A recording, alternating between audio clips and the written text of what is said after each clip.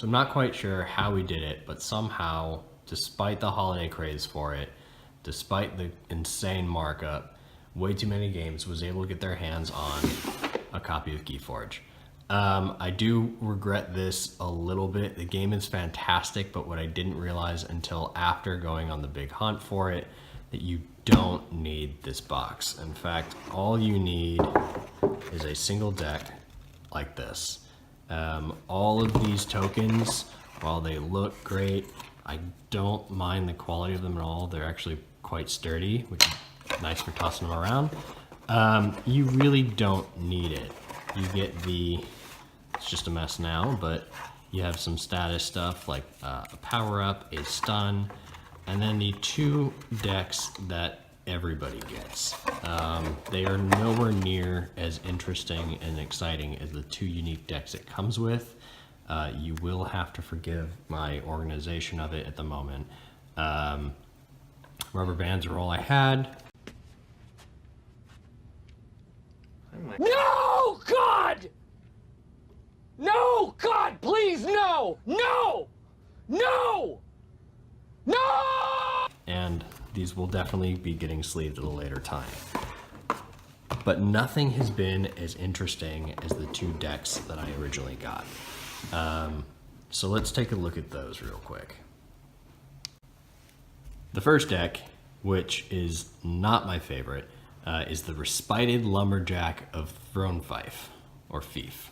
I haven't quite made sense of that yet. This is a Sanctum, Mars, and Shadows deck, and to be honest, I haven't quite figured out how to use it effectively. As much as people tend to like Mars, I have not figured it out yet. These are some really interesting cards to me. There's some great immediate play effects. This has actually saved me a couple of times.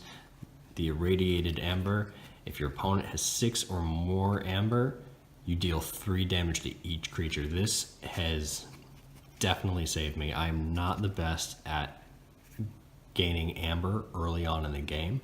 I definitely have a tendency to have a slower acquisition of amber, and so I'm usually focusing on taking away from the opponent. So clearing the board with this has been a lifesaver. Other than that, Zizix the Many, Zillow Bolter, I mean, some of these I can't even pronounce, and this has been a great card that I have not been able to effectively use. After you play any other Mars creature, you can completely heal Tunk. I mean, this is a tank. This should be more effective and more helpful than it's been for me. The Mars section of this has just been, it's kind of disappointing to me, this whole deck as a whole. Sanctum has been okay. I can do a lot of amber capturing, a little bit of healing in there.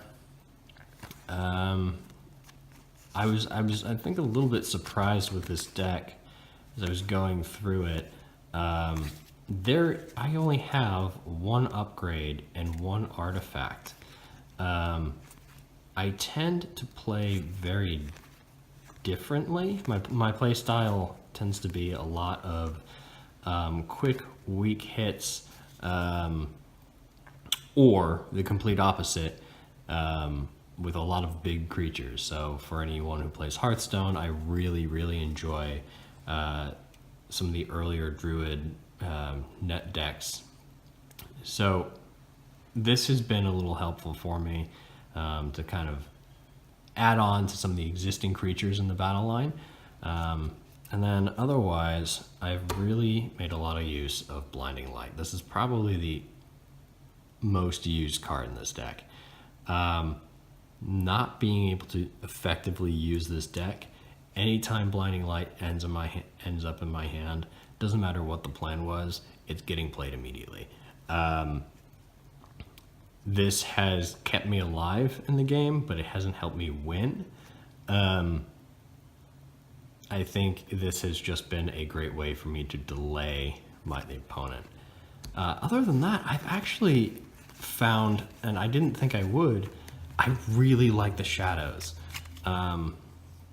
Shadow Self, instead of taking damage to itself, will transfer damage to whatever's next to it.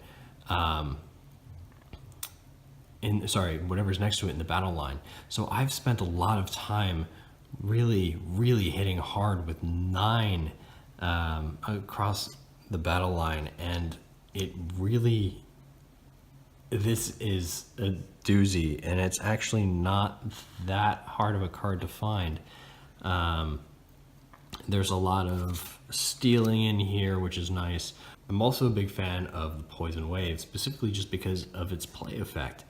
Deal 2 damage to each creature has been really effective and just wiping out the entire board. And with this deck, that's really all I've been able to do so far. Ensuring that I can clear the board, stay in the game, and just stick around for a little bit longer has been the best use of this for me. I mean, to go back to my original statement, I haven't figured out how to use this one quite all that well yet, but this has been a starting point at least. So that is it for the Respited Lumberjack. Let's go on to the next one, which I'm a really big fan of, the Wormacomet, or rather Wormacomet, the Seer of the Village. Wormacomet, the Seer of the Village. This has been a fantastic deck to play. Being Dis, Logos, and Brobnar, it has definitely kept it interesting. The Brobnar specifically, there are 2 War Drummers in here, which that means, I can show it to you guys momentarily. The War Drummer, anytime you play it, will recall all of the other Brobnar cards on the playing field and into your hand. And what's so interesting about that is a lot of those cards have immediate damage effects. So it's a really great way to play all your Brobnar cards, and at the end play War Drummer, get them all back in your hand, do as much damage to the board as possible, and then reclaim them. And then at that point you can be strategic in terms of, what do I want on the playing field? What do I want to hold on to? So this has been a very interesting card or deck to hold on to. So starting right away with Anger, anytime that you, like, this is a great one to play towards the end of your turn. Get everything on the board. Let's see here, that's our War Drummer. So in this case, and I've done this many times, playing the Fire Spitter. So for anyone who has not played KeyForge yet, when you play a card, it's turned sideways and it's technically not ready to be used. Almost similar to Hearthstone and Magic Summoning Sickness, you can't use it immediately on the turn that you play it. Now, some cards will have play attacks. In this case, it's before fight. Anytime just before attacking the battle line, this Fire Spitter will do 1 damage to each enemy creature. It's a great way to kind of death by 1,000 cuts to the entire board instead of an individual character. But combined with something like Anger, where you can ready and fight with it right away, this is an action card. You discard this, and then on the same turn, you can attack, do 1 across the entire board, and then 5 to whoever you're targeting. I'm a big fan of the Brobnar for just that reason. There's a lot of heavy damage, especially combined with the War Drummer, which I have here. These guys, this is probably one of my favorite cards.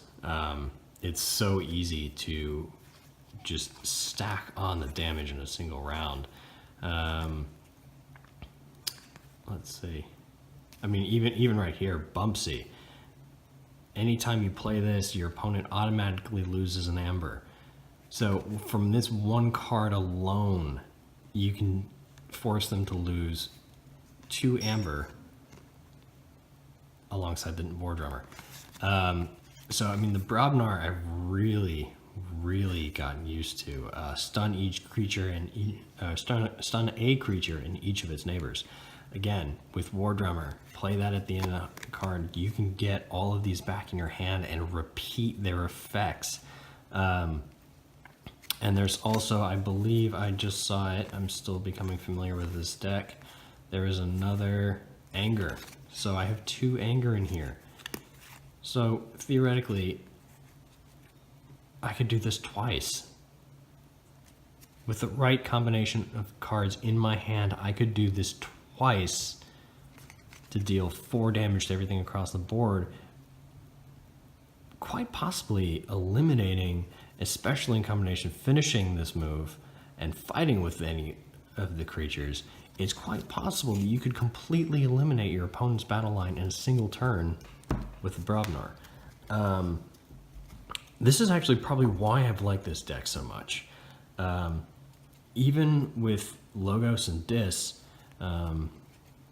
this entire deck is about play effects and then recall. The longest game I've played so far has been 21 rounds, and it was with this deck. There's not a lot of Amber generation, but there's a lot of stealing Amber from your opponent, and there's a lot of staying on the board and making sure you have the greatest battle line. It's really advantageous because at the end, if you have all these cards on the table and your opponent has none and they can't get any on the board in the next turn, all you have to do is reap. You can gain a ton of Amber that way just by having the biggest battle line and reaping from it. This is a great way to make sure that they are only going to be focusing on action cards and artifacts. Which, from what I'm learning, there are not too many artifacts in each deck. So let's move on to the Dis here. I tend to play this house a little bit less. The Schuler, the Poltergeist, this has actually been a really nice one to use. The artifacts tend to slip my mind quite frequently. So anytime I do catch on to the fact that they have a Amber generating artifact, I just whip out Poltergeist, use it for myself, and take it off the board for them. Succubus is excellent.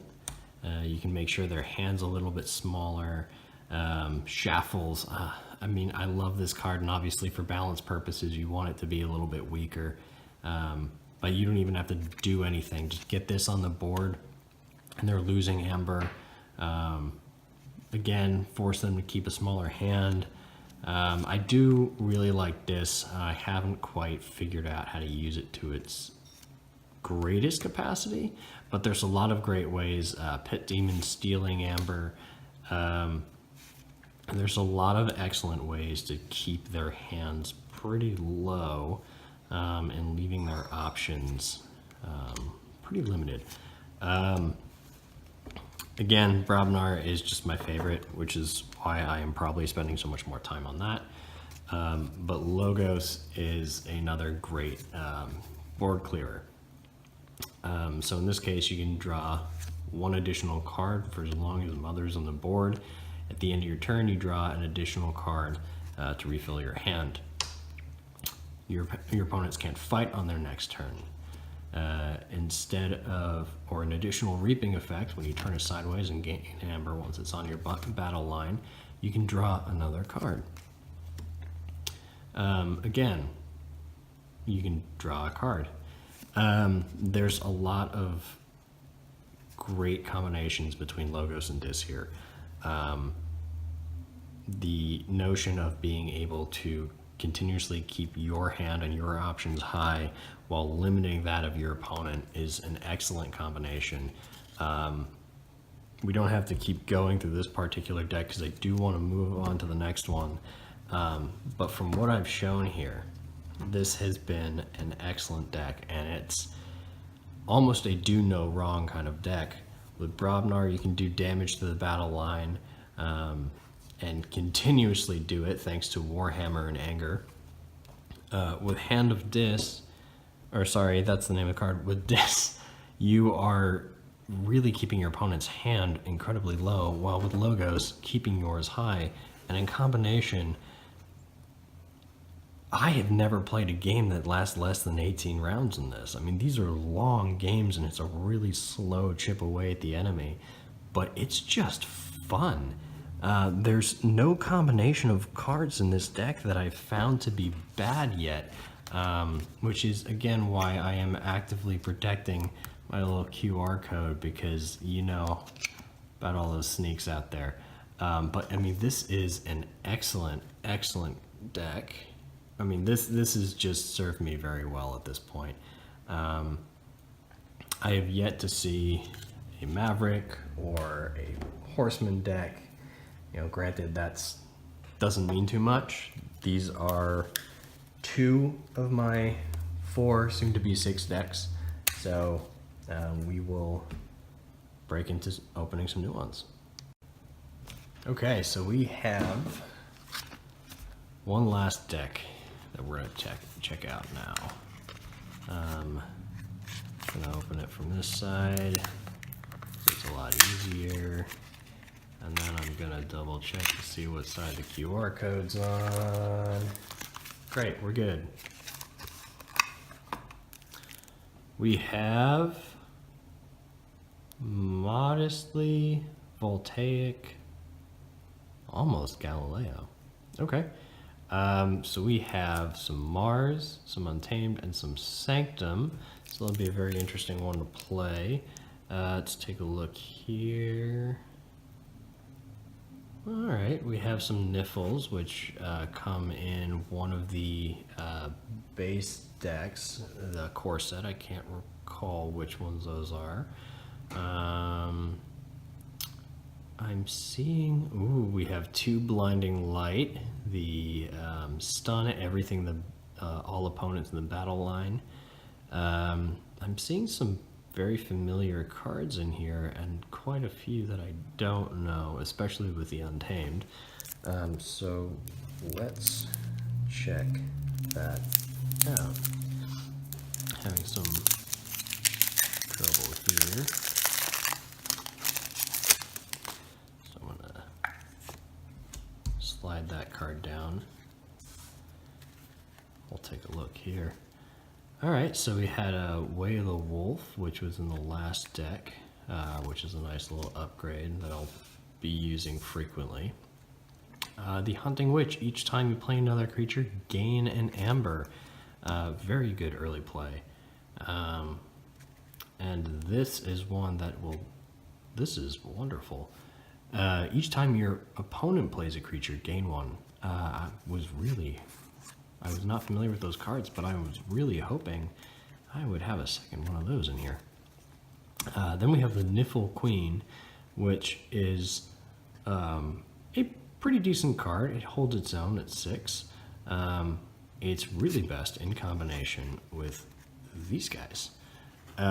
So the Niffle Queen will add 1 power to every other friendly beast character, and 1 power to every friendly Niffle character. So we have 3 Niffles right here, the Niffle Apes. So these can actually ignore Taunt and Elusive, but these guys will be able to stack an additional 3 power. So it'll be great to get an Untamed Beast and Niffle line going. Then we have the Mermook, this crab again. Again, he's a beast, so that the Niffle Queen would have a great impact on that. We have another artifact here to retrieve from the discard pile, sorry. I trailed off and was thinking about all the different ways that I could use this with the Niffle Queen. And I'm also really going to get tired of saying that word by the end of this video. So we have Troop Call, and here we go. Niffle again. Return each friendly Niffle creature from your discard and play. I don't even need to use the seed for that. There's an entire card for it. Save the pack. Destroy each damaged creature. Gain 1 chain. I always like these, but I find that if my opponent has something damaged, so do I, and I don't like making sacrifices, so he's gonna hang out there by himself. Lost in the Woods. Choose 2 friendly creatures and 2 enemy creatures and shuffle each chosen into its owner's deck. This actually comes in one of the core decks, and this is just a really nice way to get rid of some of your weakest cards or some of the ones that have significant play effects while getting rid of your opponent's heaviest cards. It may not be the best use of it, but that's what I've used it for. So now we're going to dive into, let's just separate these so it's easier to shuffle. Sanctum. I'm actually, as much as I'm liking this stack of cards here, I still don't like Mars. So I'm not excited to see what's in there. So we have another upgrade. We have 2 upgrades, which is excellent. Both with bonus amber. This creature gets 1 armor and gains taunt. This will be a great way. And look at this, Staunch Knight, 2 of them. So Staunch Knight, so long as they are the end cards in your battle line, they get +2 power. Throw this on both of them, and they get armor and taunt. And your other cards nearby can't be touched until that tank of a character is taken care of. I'm a fan. I'm confusing myself here. So clearly I have all these ideas about how this deck should work, but I can't keep my pile straight, so in play it's probably not going to work. Lady Maxina, stun a creature as soon as you play her. And then you can return her to your hand as an action at any time.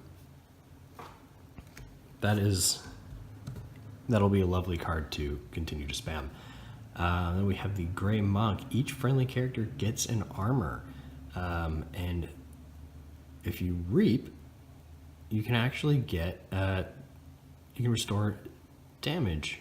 That will be excellent. I keep looking at the back of the cards like something different's going to be on there. I have some interesting habits to break with this game. So we have another artifact. Each friendly character cannot be dealt when sacrificing Potion of Invulnerability. Oh, no, this is an interesting one. So, without even reading what's below here, we get 3 amber for playing it. That's all it seems to do. This is just flavor text, but okay. Generating 3 in a single card is pretty nice. Doorstep to Heaven. Each player with 6 amber or more is reduced to 5. I don't like that because I tend to be sitting right at 6 or 7. Heal 1 damage from each creature and then gain an amber for each one healed. And then my favorites. I think that this is the best Sanctum combination that I have. There's a lot of stun effect, a lot of bonus amber generation, a lot of healing, and frankly, a mechanic I haven't used much in this game, but is my go-to in others, is Taunt. So that will be great. I'm actually really excited about the combination of Sanctum and Untamed here. And I'm hoping to be surprised by this, so I can have a maybe new favorite and knock down Seer of the Village a bit. But I'm not excited for this part. All right, so we have a Biomatrix backup. Creature gains destroyed. You may put this creature into its owner's archives. Okay, so we have 2 amber generating upgrades here. Vezima Think Drone. You may archive a friendly creature or artifact from play. I mean, guys, I'm really going to have to learn how to effectively use the archive because again, my least favorite house is going to force me into it. Fight and reap. Okay, this will be helpful. Anytime I fight or reap, I can use another non-Mars creature that's already on the board. We have John Smith. Very similar effect. And elusive will be nice. And here we are with the artifacts. Maybe I misread. I thought there were 2 in here, but that's all right. Reveal any number of Mars cards from your hands and deal damage to a creature equal in numbers. Oh. So this is really interesting. So long as you have a hand full of Mars and you reveal them all, you can do that amount of damage to a single creature. Okay, so that changes my look at all my cards method. But this will be an interesting way to do some emergency damage, I think. So then we have very similar, ready a Mars creature. So we have 2 of those. Soft landing, play a creature or artifact. You play, or the next one. Oh, we have 2 of those. The next one you play enters the field already ready to use. And we have the Irradiated Amber. This is actually a card that I depend on despite not liking the house. And then last card of this video, we have the Sample Collection, which is put an enemy creature into your archives for each key your opponent has forged. If any of these creatures leave your archives, they are put into their owner's hand instead. Huh. So I guess the better they're doing, the more I can take, but the archive bit still means nothing to me. So I'm going to leave you guys for the day, and I am going to head off, dive back into the rules, and figure out why I've been so incorrectly using the archive. In fact, I didn't have a single archive related card in either Seer of the Village, the Lumberjack deck. Neither of these had anything to do with the archive, nor did the 2 core sets, and so the fact that both of these are so archive heavy means I'm diving right back into my learning and trying to see where to go from here. There should be 2 more showing up in the next couple of days, so we will we'll see, and I will be desperately hoping to probably get less Mars. So I guess there's only 2 Mars for now, but I really dislike them that much. So here's hoping for some more Brabnar and Logos. So till next time. So this is what everyone cares about, is the unboxing. So let's just dive right in here. It's a good thing I didn't plan on keeping this box, because that did not go as well as I hoped. So we have They Who Formerly Influences Ethics. Okay, not the most interesting name here. Let me cover that guy. So what do we have here? You know, I'm actually very interested in this deck. I'm recognizing some of these names here in Dis, but there's a lot in here that is not familiar to me, and in fact this is the first Untamed deck that I even have.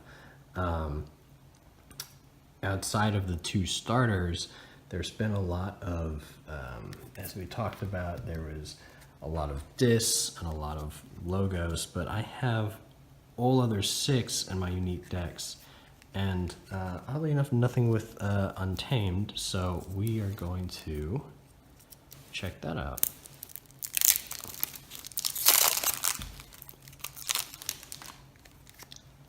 So I'm gonna set that guy aside and face down, because who knows who would want to take a look at that. It's actually very funny to see all these eBay posts for good decks and how actively everyone is protecting that little spot there. So let's dive into the Untamed first. It's here at the bottom, and I don't really know what to expect. So we have Way of the Wolf. Oh, great. I'm always a big fan of upgrades, and out of my 2 existing unique decks, I have 1. So I like the idea of being able to add to that. So we have Way of the Wolf. That's got a nice bonus amber. Anytime you use this, you can add skirmish to a character. It's nice. Return a card from discard to your hand. I'm going to abuse this. We have Mermook. I was led to believe that Untamed were a little bit more like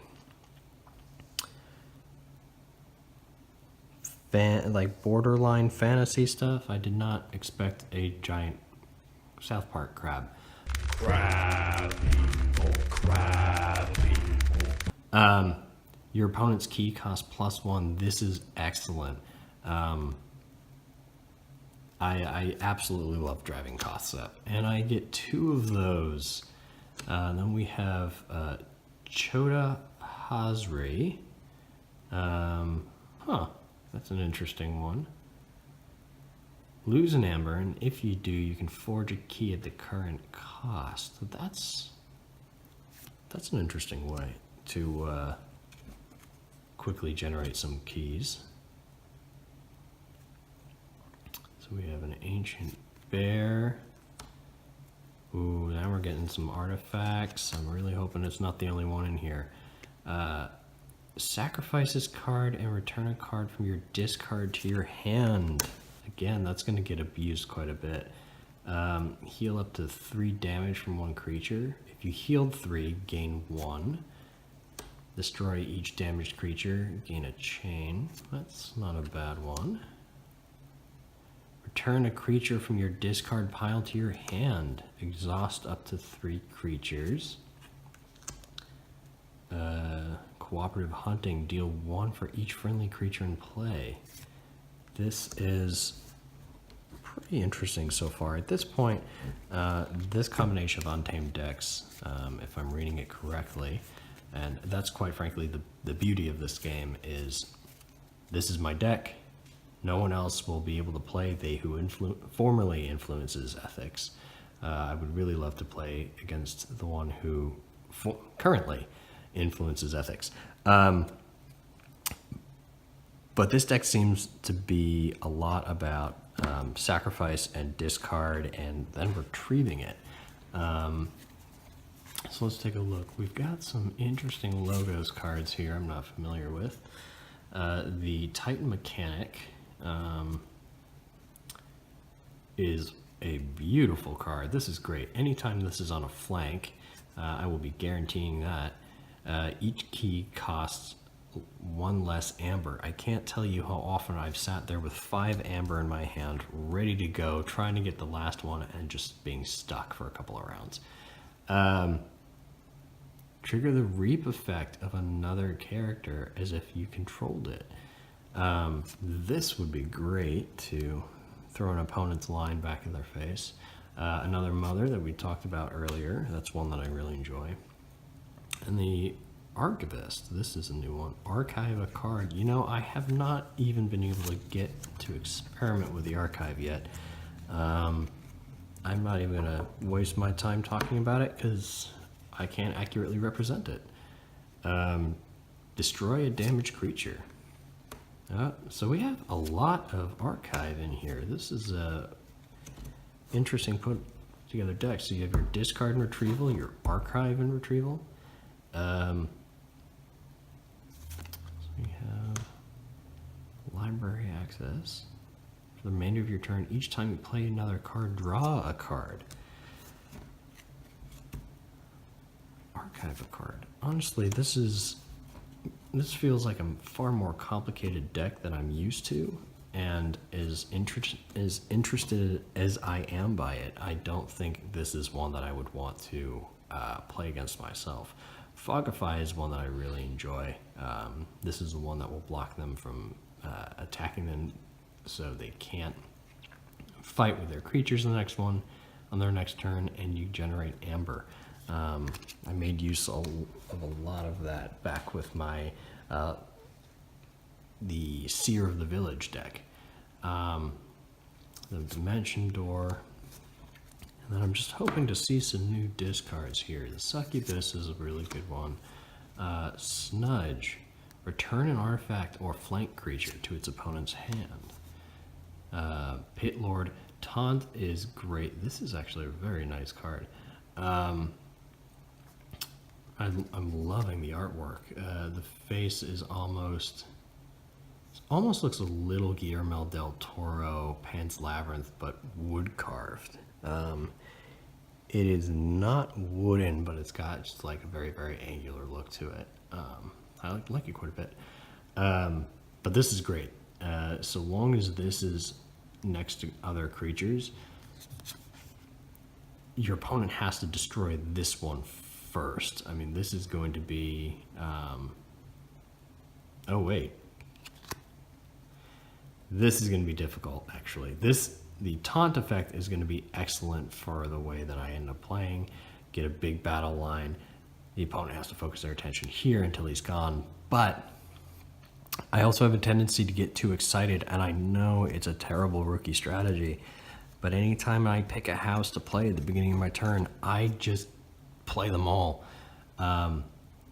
So this could be a problem. So long as Pit Lord's in play, I can only choose Dis.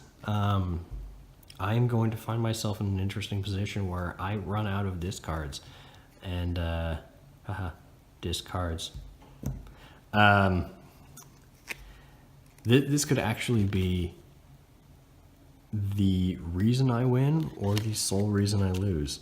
So we have Amber Imp. This is a great little restrictive card, forcing my opponent's hand. I get two of them. A little bit of capture. I like that a lot, but I haven't seen much. I get another artifact in here, forcing them to discard some more cards. And choosing, oh, this is great. You can force their hand in terms of what house your opponent is going to use on their turn. So I have 2 control a week. I do not like chain. So I will probably be avoiding Arise, but that is They Who Formerly Influences Ethics. Taking a look at this, especially with the archive, I have no idea how to use this card. But half the fun of it is just diving in and learning by play. So I'm definitely going to be doing that in the next week or so.